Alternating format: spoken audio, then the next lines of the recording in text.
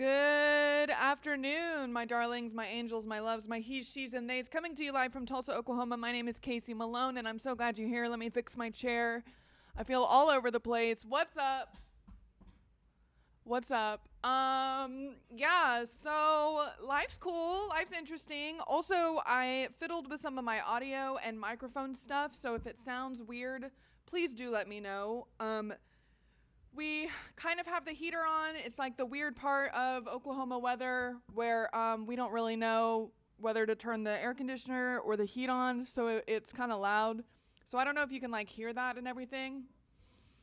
But I'm here. I'm so excited to be here with you guys. We have an interesting conversation to have today because last Thursday, I debated a Christian nationalist who was very vile and rude and not very kind at all. Not that I expect kindness, but I do expect respect in a debate. And that did not happen right out the gate, as we will see. This ended up being a 3-hour debate, a Q&A from the audience included. And I also, quote unquote debate, right? Like it was debate style content is what I will say. But that was a few days ago, and I have not watched back any of the debate. And so I'm very interested in what I even said, because I don't remember. I remember logging off and being like, what just happened? So it's going to be fun. It's going to be interesting. I reserve the right at any time when we watch through this together to just stop, because I don't know if I'm going to be able to handle it. That was a wild experience. It was crazy. It was so crazy because I was asked, I was very fortunate to be asked by the Modern Day Debate channel to have a debate on Christian nationalism. And originally my opponent was going to be this other guy, but he ended up not available. And so the one guy who was available was no other than Andrew Wilson. And I had seen some of this guy's materials circulate around before. And I agreed to it. And I said, yep, I can do it. Now, there's a couple different components to this in the first place. Like, there certainly is a discussion, and I think it's a valid discussion to be had about whether or not platforming or quote unquote debating Christian nationalists in the first place is a worthwhile use of our time and energy. And I went back and forth on that, and honestly, when I started this platform and started showing up online and talking about religion and politics, I had to ask myself if that's what I wanted to do. So I went back and forth on whether or not I wanted to do this debate in the first place, but at the end, I decided that my reasons for like, quote unquote, debating this guy honestly had nothing to do with him, and the reasons that I had, I think, were totally valid. The reasons that I did agree to this debate was, one, I wanted to challenge myself and the beliefs that I've been talking about this entire year online. I wanted to see where the holes in my logic were. I wanted to see how well I could do, how well I could keep my cool, because I knew this guy was not going to take it easy on me. So that's one reason. Another reason was because,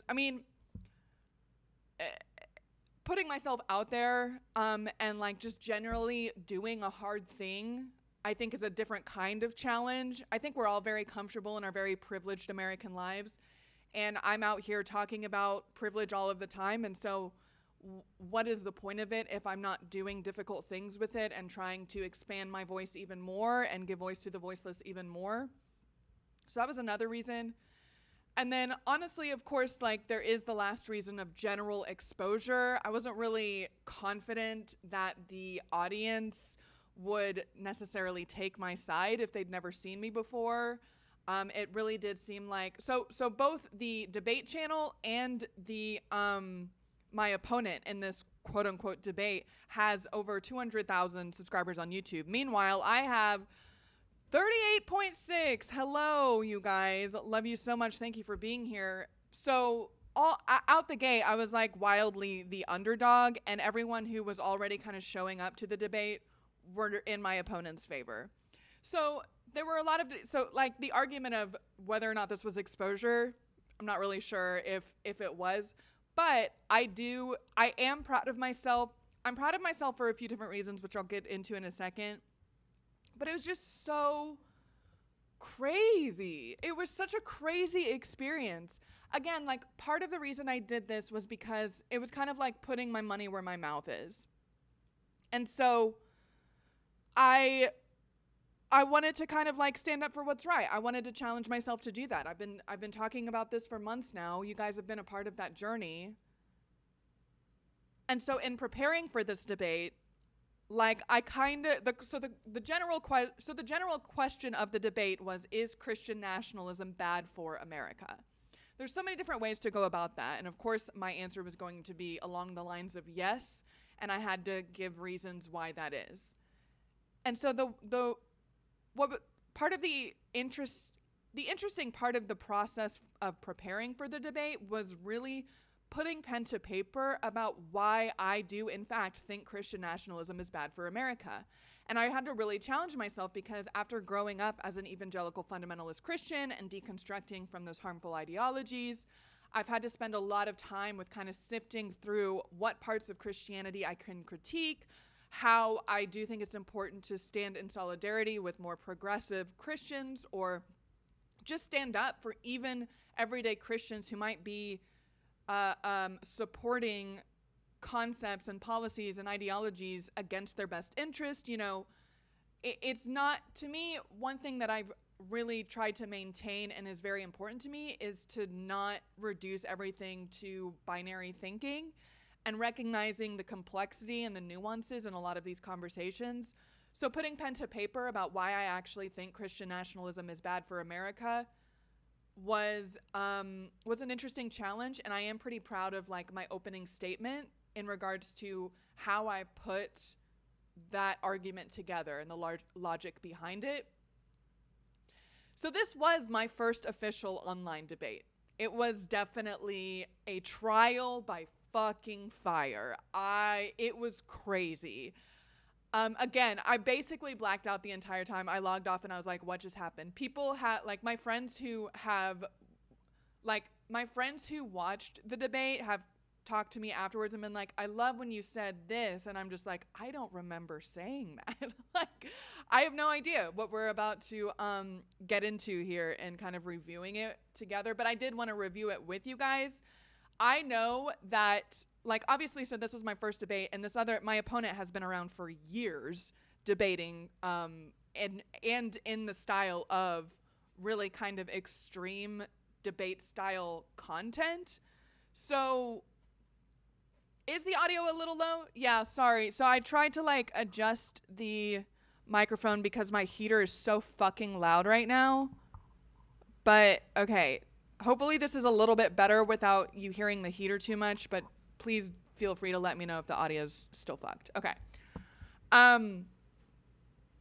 So like, again, so I was definitely, the underdog in this scenario. He knows what he's doing. I will give my opponent that. He knew how to manipulate the conversation in his favor. I don't think he knew what he was doing, like, from the power of his logic per se. It was very, very aggressively, like, disrespectful and honestly a bit childish. I even like ended up clapping back and being rude in return, just in a couple ways, but I'm very proud of my quips. But even like the moderator, I say moderator, like I'm very gracious for him to have asked me to be on the platform, and I would totally go back. But his style of like hosting debates is just kind of like to set it up and then let the people go at it. So more like a host. So the host even warned me that my opponent can be pretty rough and uncharitable, and to not let it get to me. And I was kind of like, yeah, I'm quite aware. Okay, here's a bit of a side note. A lot of people in my life, every single one of them men, told me this is an interesting thing that I just want everyone to chew on. I talked to a lot of my friends in preparing for this debate. Everyone who was a man said, just keep your cool. Just remember to keep it professional. Just keep it cool. And every single one of my girls were like, you've got this. You're going to be fired up. Let him have it. Get mad and all of this stuff. And so I'm going to leave that with everyone, and you can, do your own psychoanalysis of that. But it was just it was such an interesting experience. I am very proud of myself. Not necessarily because there wasn't really like a winner or a loser, even though you go to the comment section of that video and all of like my opponent's fanboys are like, wow, he He owned her. She got cooked. Wow, that's so embarrassing for her. She couldn't even be in the same room as him. Okay. It was more of a performance than an actual debate. And that was very evident to me by the conversations we had before and after being live. Like, the host brought us both on, and he and the host kind of had more of a rapport. They've kind of worked together a lot before, and that's totally fine. But my opponent, myself, and the host all hopped on, and we talked about, you know, kind of just setting up the stream or whatever. And it was very civil, and it was very chill or whatever. Like, there was essentially no emotions involved. We were just like, hi, okay, here we go. It was a performance. And I think that is important to remember. I think that helps helps us approach quote unquote debate style content with a more critical analysis and recognizing that, like, this is not an official sit down to get together and exchange ideas to come to a reasonable communal solution. This was a performance. And I knew that going in. I was there, one, again, to challenge myself, two, to maybe find other people aligned with where I'm at, and three, you know, just do a hard thing, because we need to do hard things to grow as personal individuals.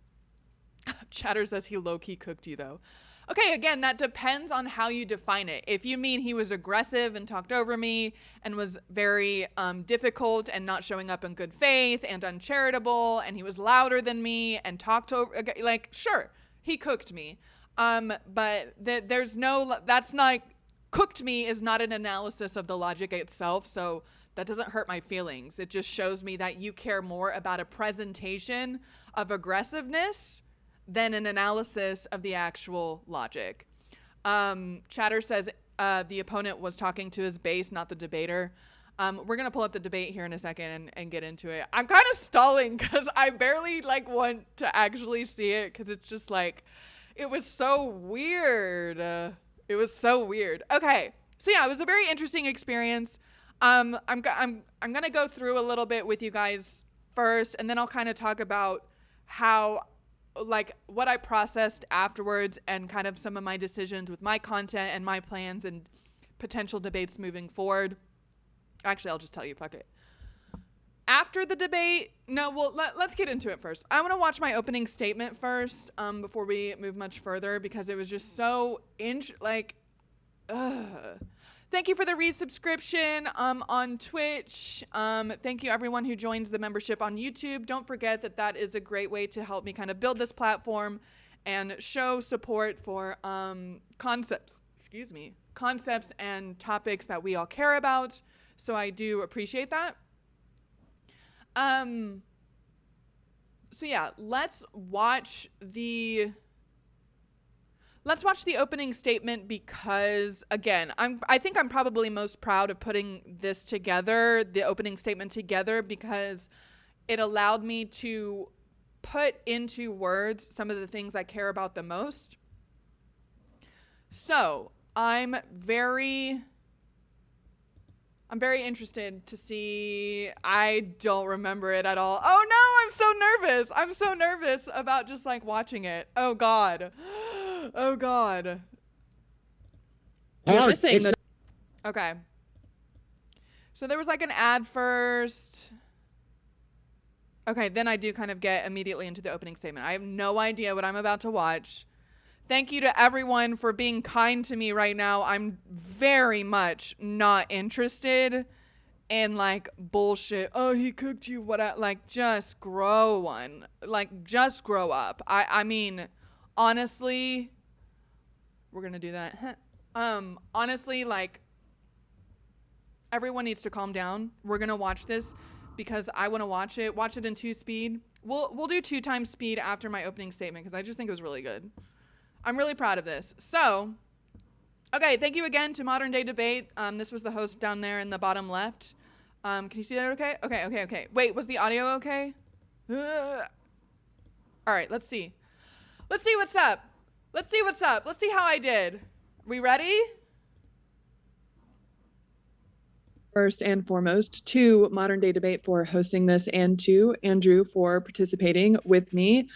This is my first official debate, so let's get into it. I guess starting with a fairly agreed upon definition of Christian nationalism as a social movement toward Christianity becoming the dominant social and cultural force in the United States, which would then become the exclusive influence of governance. My argument that Christian nationalism is bad for America is pretty simple. I claim it's a misdirection from the root cause of economic anxiety and instability for everyday citizens, which is actually the system of capitalism itself. As of right now, 62% of citizens self-identify as Christians and 87% of Congress members do. If they wanted cultural dominance, they have it. And yet people are still struggling in a housing market, job market that's not working for us. Food prices are skyrocketing, but Christian nationalists want us to be afraid of secularism and people who aren't their preferred kind of exact Christian, rather than a system that relies on exploiting the religious identification or lack thereof of all of us. And in the scope of westernized nations, the United States is like one of the highest rates of both Christian religiosity and economic inequality. And I don't blame Christianity for these issues, but it's clearly not the solution. And I don't mind what the majority of people's religious beliefs are, but the system of capitalism is still not working for any of them either. Christian nationalism is bad for America because it doesn't address any of this. And at the core of most Christian nationalist arguments is the idea that a shared societal morality can only be like unified if it's dictated by one divine ruler. And I would counter that with the idea that I think everyday Christians maintaining some of the same morals as myself, such as walking in love, caring for the poor, etc., are not following those morals because their religion tells them to. I think they maintain those morals because they see value in them, as evidenced by the thousands of Christian denominations. I think if I had any notes for my opening statement, I think I wish I would have like kind of expanded on that a little bit more, and just how harmful it is to believe that morality comes from a divine authority figure, and how that ends up resulting not just in hierarchy, because I feel like not a lot of people understand how hierarchy is innately dangerous, but just in the sense of how requiring people to fall in line is such a I think a unifying concept that people push back on from the right or the left. Like, I wish I'd kind of expanded on how that unified sense of morality, first of all, is not practically applicable because humans are subjective beings and they're constantly going to squabble it over in the first place.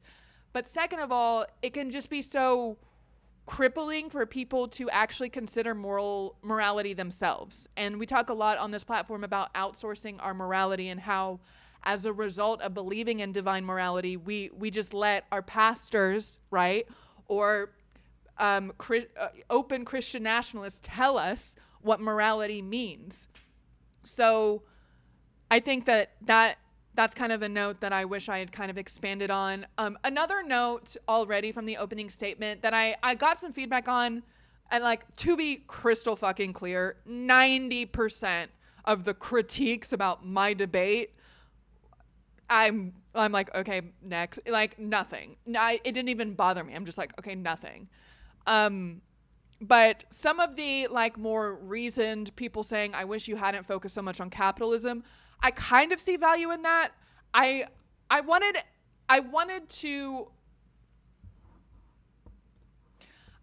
to approach a debate about Christian nationalism from a way that didn't just, first of all, just walk right into a lot of traps with a very experienced Christian nationalist debater. I don't know if I necessarily avoided them, but I just think that as I walked through my own logic for the opening statement, I realized that it really does get into how I think harmful ideologies manifest in the material world. And I just wasn't able to actually critique any of that. I wasn't able to actually critique the material, resource-based results of Christian nationalism without mentioning capitalism extensively, and explaining that a lot of the moral panic and a lot of the concerns about, well, what about the nuclear family and what about the safety of children and all of these very triggering and emotionally charged concepts, which, for the record, the protection of children is the priority for everyone, right? Like, that's such an emotionally charged concept, and using a lot of this rhetoric to get people afraid of progress and modernity and secularism. I really wanted to shift the conversation away from why, I wasn't interested in debating whether or not homosexuality was moral. Does that make sense? Like, I didn't want to even get into that. Like, what are you talking about? It's 2025, we're busy. So I really did want to end up focusing on the material, physical results of the unequal distribution of resources that results from Christian nationalism. So that was really important to me. And so, like, some of the feedback I got about, like, I wish you'd talked about Christian nationalism actually instead of just capitalism, I kind of go back and forth on that still, even though I think at the end of the day, I always maintain, I always say on this platform, I don't care what you believe. I care whether or not you stand up for what's right. I don't care at the end of the day, I don't care if you think that morality is divinely inspired. How is that manifesting for you? What are the stories you tell yourself and therefore tell the world about who does or doesn't deserve access to resources? As we kind of get into some of the specific examples here, a lot of the moral outrage will end up with people who have children without equal access to resources. And I stood my ground and I said, I don't care how a single mother became a single mother. I don't care about whatever moral outrage you want to apply to a single mother's position. A single mother by default has children. Why are you restricting her access to resources, period? So yeah, so that's kind of like why I really stuck with the nature of capitalism as the main thing that I was really critiquing, and trying to point out that Christian nationalism is the mechanism through which capitalism is being, one, brushed under the rug, and two, reinforced in upholding hierarchy. So that was kind of my reason for that. So, okay, let's keep going. I reserve the rights to stop watching this at any time if I just can't do it. It's so funny. Oh my God. Okay, let's keep going. Nations that all argue over the correct interpretation of this supposed universal truth. And although I could argue that these same values are derived from the evolutionary drive innate within all of us to protect the species and especially the next generation, the young, I'm not. Thank you for the gifted subscription on Twitch. I really appreciate that. We love a gifted subscription. Don't forget that a Twitch subscription or a YouTube membership gets you access to extra channels in the Kayse and Friends Discord, where we all hang out and talk about this stuff all the time.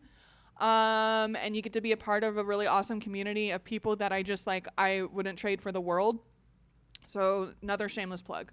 Not actually concerned personally with whether Christians or anyone who's religious want to label the source of their morality as divinely inspired. That's fine. I care more about seeing the applications of these shared human values, and Christian nationalism does not showcase that at all. It is focused on a fear-based perspective of people who do not fall in line with the resulting conformity of everyone believing the same thing, which, by the way, is not a rational world to live in or to ever expect to exist in the first place. The beauty of the human spirit is that there will always be a plethora of different backgrounds, experiences, and even, beliefs. And I don't think that's ever going to change. And Christian nationalism doesn't account for any of that. So in that sense, it's not only bad for America because it's too focused on problems that don't actually mean anything productive in the material world, but it's also completely irrational. If Christian nationalists truly believed moral decay came from turning away from God, they might consider that the greed of corporate capitalism and these corporations and these billionaires is the most consistent violator of their proclaimed Christian ethics. And instead of confronting a system that thrives on debt, overwork, disconnection between us all, individualization, all of it, Christian nationalists would rather blame secularism or feminism or gay people or anyone who doesn't fit their mold of moral purity, because the movement of Christian nationalism relies on exclusionary principles against people who believe differently, which has time and time again proven to lead to the exclusionary distribution of resources, which again, I think that's kind of like my key argument was that any movement or ideology that relies on exclusionary principles results in the exclusionary distribution of resources. And that's why I care,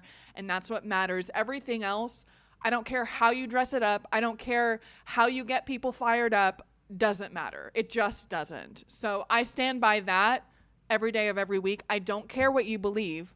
I care if you can get behind that. If you can get behind the idea that being exclusionary in principle results in exclusionary resources, and that's not okay. That's the least moral thing, period.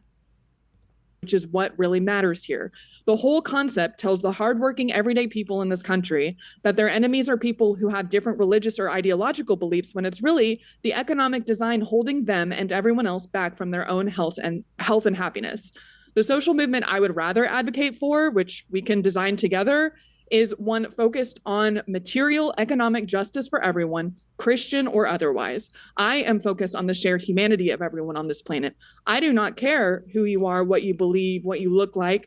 I think you matter, and I think you deserve equal access to housing, food, shelter, and healthcare. While I'm here to argue that the social movement of Christian nationalism is bad for America, the individuals who identify as Christian nationalists, Andrew here included, are not my enemy. The system of capitalism is. Thank you very much for that opening statement. And folks, if it's your first time here at Modern Day Debate, I'm your host, Dr. James Coons. We are a fully neutral debate platform. And if you didn't know, as you can see at the bottom right of your screen, DebateCon, our 2-day debate conference in Nashville, is happening in... Oh, God. It's just roughly 3 weeks. Folks, get your tickets at the link in the description box. As you can see at the bottom right of your screen, $239.99 for the starting. And now this is something really special for tonight. We're actually doing a promotion. So just for 72 hours, okay, can we just... if you use this code that you see at the bottom right of your screen, namely 25 live, you'll get 25% off your ticket. I'm sorry. This is only for 72 hours, and we're trying to keep this private just for Andrew's viewers and Modern Day Debate viewers. Get your tickets now using this promo code. Guys. With that, we're going to kick it over to Andrew for his opening. Thanks for being with us, Andrew. This was crazy. This, like, you can kind of see on my face, I was just like, what the fuck? It did shock me. I will give him that. It shocked me.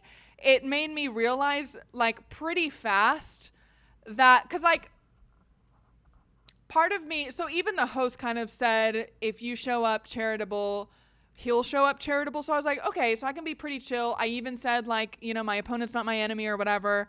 And from the opening statement, I was like, well, never the fuck mind. Yeah, this was crazy. Oh my God. I don't even know if I can watch this, you guys. Oh God. Andrew, the floor is all yours. Can you guys hear me okay? Yes. Perfect. My opponent tonight has an interesting strategy, though it's altogether predictable. Her premise, not unlike many other progressive harm reductionists, is that Christian nationalism or Christian populism leads to fascism or forms of fascism. Interestingly enough, when somebody says fascism, which is now a loaded word, it brings to mind ideas of things which are very dystopian. Now I'm going back and forth on if I even want to do this, you guys. I stand by my my opening statement. I don't know if I want to do this now. How funny. I know, I was like, I'm done with this. Hold on, it's like so hot in here. 2 seconds.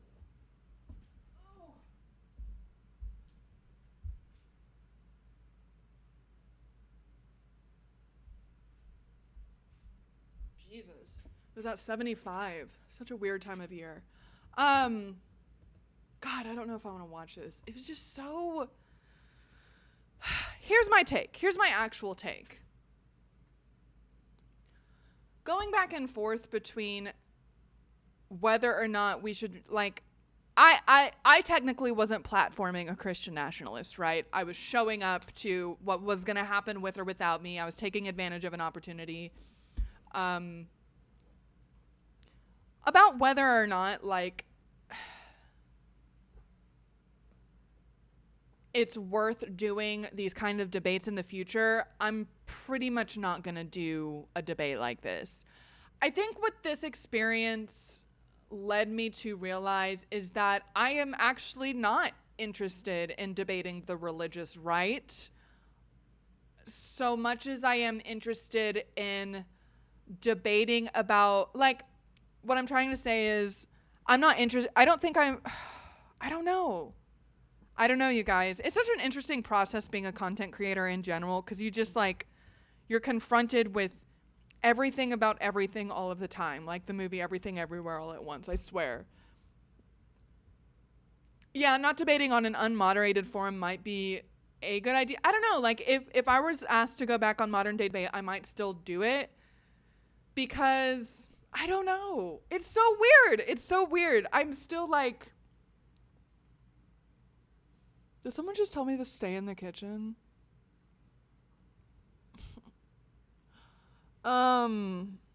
It's so weird. It was such a weird experience.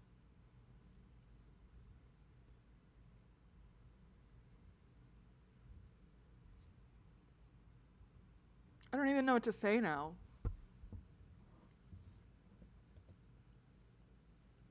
It was such a weird experience. Yeah, every Christian conservative debater is a jerk. I don't know if that's necessarily true. I think I'm just gonna have to be more select. I don't know. Part of me wants to go back and be like, actually listen. I don't know.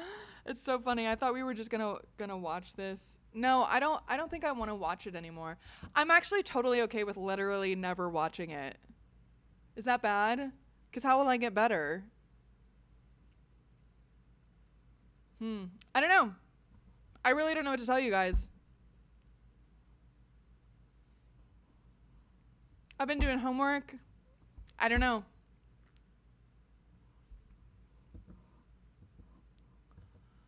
Anyone have anything interesting? I don't know. Okay. Let's see. What else can I talk about? What else is happening in the world? No, I might just call it.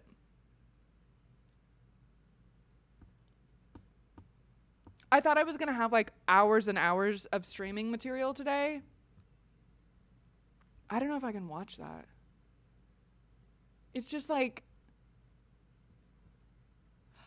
I will say this. Once I logged off and I was just like, what just happened? I was kind of like, it felt so absurd. It felt like such a performance. And it was totally a performance. This was not a debate. It was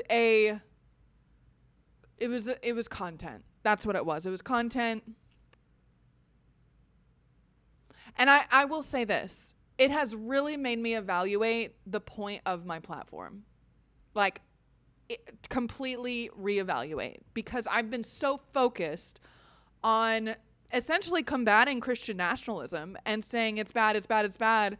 And this felt like the epitome of that and the pinnacle of everything that I've presented myself as. And like the result of it was just like, what? Like, what was, like at the end I was just like, what the fuck was that? And it's honestly like no hate to my opponent, and it's no hate to the host. I just really sat there and I was like, I don't know if that felt personally like something meaningful, I guess. But then there's other debates. There's other debates that I feel like if I sat down and I had a heart-to-heart with someone, and it was genuinely like there was curiosity from both sides, there was respect from both sides, and we were just actually trying to find a common denominator or something like that, I could do that every day of every week, and I would love to, right? Like, it's not the concept of debate itself, but it almost felt empty. Is that like so fucked up to say? Because I did it, right? Like I had to do it in order to know. I know the whole thing about a solenoid. Oh my God. We can maybe watch that part, but that was so fucking ridiculous. Y'all are just going to have to watch the debate in your own time. Okay, maybe I should just say that. I didn't even link it in the description or anything, but if you're really interested, go check it out. See what the fuck I was up against. It really did, though, one of the biggest takeaways I got was I reevaluated the point of my channel. Not that I like want to go anywhere, not that I don't want to keep standing up for these things, but almost just like the direction that I'm taking this, obviously the direction that I'm taking my platform is resulting in opportunities like this. Does that make sense? So it's like, is that the direction I want to keep going in? And it almost like makes me want to consider how I can address the issues that I care about, these same things that I care about, but lead the platform in a direction that I feel more aligned with and that feels more productive first and foremost, right? So that's kind of like my biggest takeaway. People are asking like if I felt like I won or anything. I feel like technically there's no winners and losers. I feel like in a lot of ways, my opponent won because he was louder and more aggressive, and he's done this forever, and he was able to manipulate the conversation. And if you're evaluating it from a sense of controlling the conversation, I don't know, maybe he did. But from a perspective of like who had the better logic and who had the better more, like there's so many ways that I do feel like I won. I held my cool. I was more respectful. I was able to get my points across without attacking him. He was not able to do the same. He was not able to get his points across without being a steamroller and just talking over me. And so in a lot of ways, I do feel like at the end of the day though, it didn't feel like something, again, it just made me really consider how I'm approaching these conversations if this is the resulting opportunity. Does that make sense? So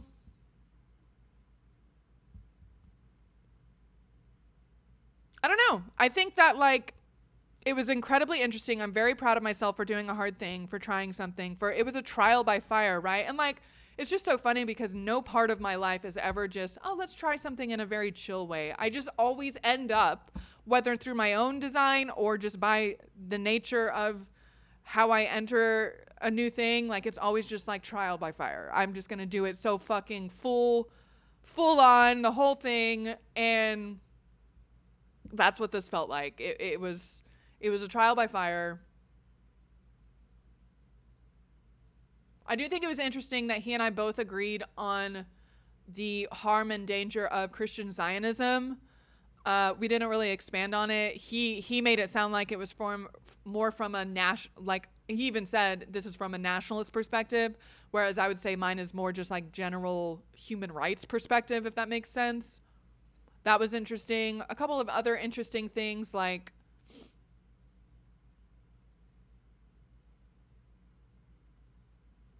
it really was just so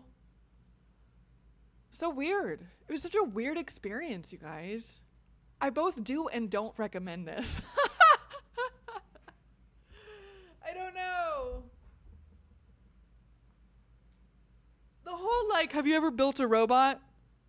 Oh my God. If I could just hold all the men in the world in my arms and say, it's okay, baby boy. You don't have to be strong and tough. You're safe. It's okay. Like I would. If I could do that, I would. It was that really, that part kind of broke my heart because I was like, oh, sweetheart. Oh, sweetheart. This is very much, it almost sounded like a cry for help. Like at the end. I don't even know. Obviously that had nothing to do with the debate and it was just trying to make me look stupid, but like what broke my heart, I was like, do you not realize how pitiful that makes you look? Honestly. So I don't know. It was a crazy experience. 10 out of 10 do recommend, 10 out of 10 don't recommend.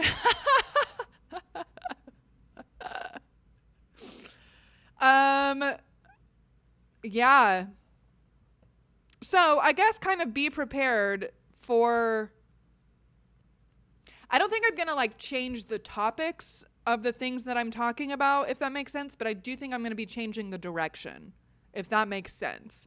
Because if this is the resulting kind of opportunity from how my platform is presented right now, I'm not quite sure it's my vibe.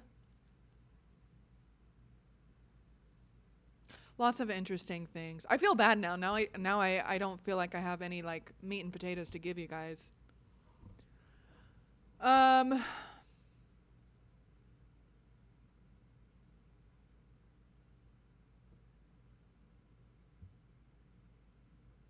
don't know.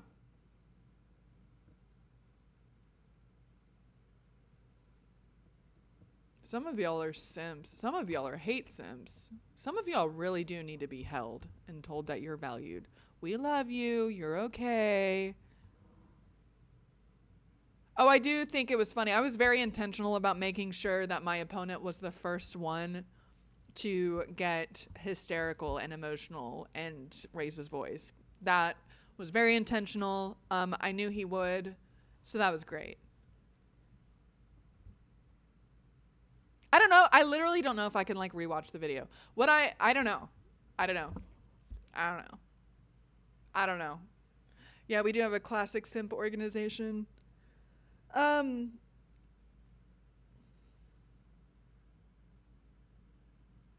whole thing about power was weird. There was like a lot of dialogue about power. And like my intuition tells me that power has kind of been inverted in the way the world is organized. And we have forgotten what actual healthy power looks like. Because I think he was equating power with force. And I think there are a lot of different kinds of power that have nothing to do with force. And like my intuition tells me that actually like women understand power more than men because men hold the power right now. And similarly, like people of color understand power more than white people, if that makes sense. That seems counterintuitive, but that's what my intuition tells me. So that was something that I wasn't really sure how to verbalize and just kind of just immediately refute and say, you don't know what the fuck you're talking about. You're talking about power from the end of a gun. And there's a lot of other kinds of power that I don't think you're touching on. So that was interesting. The obsession with sexuality. That's so funny. The obsession with sexuality, bro. Honey bunches of oats. At some point, I know he asked, like, are you psychoanalyzing me? And I was like, I don't think I need to. I think you are showcasing your inner trauma to the entire fucking world. Like, I honestly kind of pitied that. I do generally, not even just about my opponent, but generally when I am interacting with someone who has an obsession like that, a moral obsession with that, I think it very much screams something is unwell internally. It's none of my business, right? But it's also like, that's not on me, babe. That's not on me. It was a kind of, you know what, honestly, like the way that he got so upset and so emotional and so aggressive and tried to make, like, his opening statement, I can't even watch it right now, but his opening statement pretty much ended with, well, the adults are in the room now, and fantasizing me immediately. First of all, ew. Second of all, like, a lot of that really, one thing I have been thinking about is a little bit of just like, damn, these men need to heal. And I do kind of pity people stuck in that kind of mentality. Now there's also an interesting possibility that he doesn't even believe a lot of what he's saying. And we kind of talked about that in the debate, in the conversation, of just people who are in power, I don't think hold any values other than profit. So, which is why I was trying to make the point of people at the top of capitalism don't care if it's a majority Christian, majority atheist, majority Muslim. Like, they don't care what religious identification or lack thereof is the dominant force in any given system of capitalism. They just like want to profit from it. And like, there's a part of me that really wondered, like, to my opponent, like in my head, I was like, do you actually believe all of these things? Or do you just know that this riles people up and gets clicks? And like, that was maybe a little hypocritical of me because I was there for exposure, but I was just like, that's an insane, you know, every other sentence, I was like, that's an insane take. What are you talking about? What are you talking about? So it was just so crazy. It was just such a crazy experience. I don't think I regret it. Like, again, I don't think it's something I need to do again. I am proud I did it. Bro, it was just so crazy. Motorcyclist for Christ archetype. That's actually really funny. Motorcyclist for Christ. That's so funny.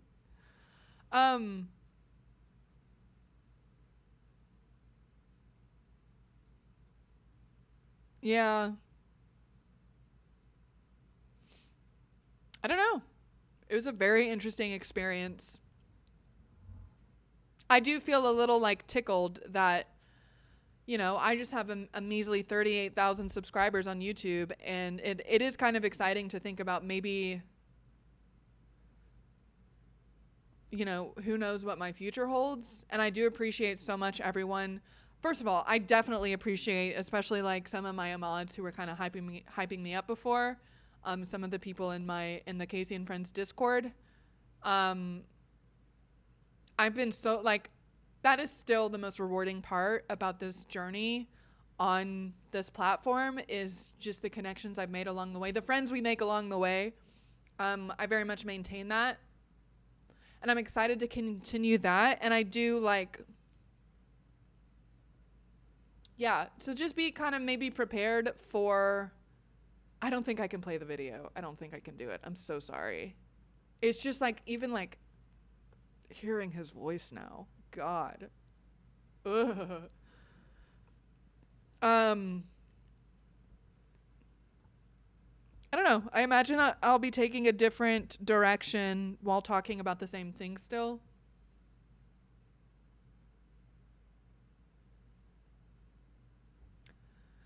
Yeah.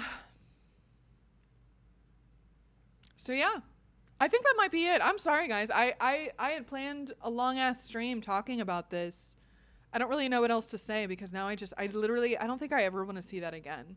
Go watch it, please. Go support, you know, Modern Day Debate. I think I am grateful for the opportunity. I am glad I kind of did a hard thing or whatever. I don't. You can connect with me on any of the platforms linked literally anywhere. I pretty much link everything everywhere. So yeah, I think I'm gonna call it. I'm sorry, guys. I hope everyone's having a safe and restful weekend. I hope that we continue to grow and learn together. I'll have something better next week that I can actually get through. With that, be safe, be well, make choices, and I'll see you on the other side of something. Anyway, love you.